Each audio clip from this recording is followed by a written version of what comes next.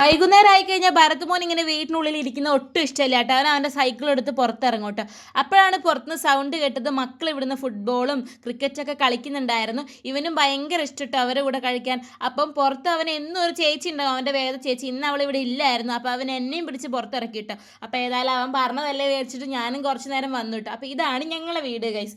അപ്പോൾ ഇതാ ഞാൻ കുറച്ച് നേരം പുറത്തു നിന്ന് അവർ കളിക്കുന്നത് നോക്കി നിൽക്കുന്നുണ്ട് കേട്ടോ. അപ്പോൾ നമ്മുടെ വീട്ടിൽ ശംഖുപുഷ്പം നന്നായിട്ട് വളരുന്നുണ്ട്. ഒന്ന് രണ്ട് സ്ഥലത്ത് ഞങ്ങളിത് പിടിപ്പിച്ചപ്പോൾ ഒരുപാട് പൂ ഉണ്ടാകുന്നുണ്ട്. ശരിക്കും ഈ പൂ ഇപ്പോൾ പറിക്കാറില്ല ഗൈസ്. ആദ്യമൊക്കെ ഭയങ്കര ഇൻട്രസ്റ്റ് ആയിരുന്നു പറിക്കലും ഉണക്കലും എടുത്തു വെക്കലും വെള്ളം കാച്ചിലൊക്കെ കേട്ടോ. നിങ്ങളിത് കണ്ടോ ഗൈസ്? ഇത് മത്തനാണ് കേട്ടോ. മത്തനൊക്കെ അമ്മ മാവിൻ്റെ മുകളിലേക്ക് തെങ്ങിൻ്റെ മുകളിലേക്കൊക്കെ കയറ്റി കേട്ടോ. ഇത് എന്തിനാന്ന് ചോദിച്ചപ്പോൾ അമ്മ പറഞ്ഞു അതിൻ്റെ മുകളിൽ നിന്ന് അടിപൊളിയായിട്ട് ഉണ്ടാവും കേട്ടോ.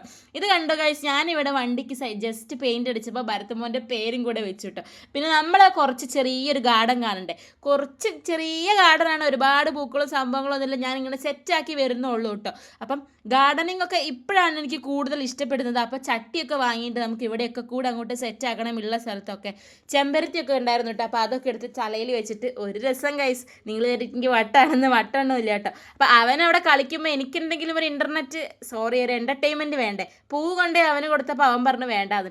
പിന്നെ അവൻ്റെ പേരൊക്കെ എഴുതിയതല്ല, അവനെ വെച്ചൊരു ഫോട്ടോ എടുക്കാമെന്ന് വിചാരിച്ചിട്ട് അവൻ അവിടെ പിടിച്ചു നിർത്തി അവൻ്റെ പേരിൻ്റെ മുന്നിൽ നിന്നൊരു ഫോട്ടോ കൂടി എടുത്തു കേട്ടോ. ഫോട്ടോ എടുപ്പൊക്കെ കഴിഞ്ഞപ്പോൾ അവൻ ഏട്ടന്മാരെ കളിക്കാൻ സമ്മതിക്കാണ്ട് അവരെ പന്തും ബോളൊക്കെ വാങ്ങി ഇങ്ങോട്ട് വന്നു കേട്ടോ. അവർ ക്രിക്കറ്റ് കളിക്കുന്ന ബാറ്റും ബോളൊക്കെ വാങ്ങി വന്നിട്ട് അവൻ ഇവിടുന്ന് തട്ടിക്കളിക്കുകയായിരുന്നു കേട്ടോ. അങ്ങനെ ഏട്ടനും അവനും കൂടെ നല്ല കളിയായിരുന്നു. അപ്പോൾ ഇത്രേ ഉള്ളൂ ഗൈസ്. Bye bye.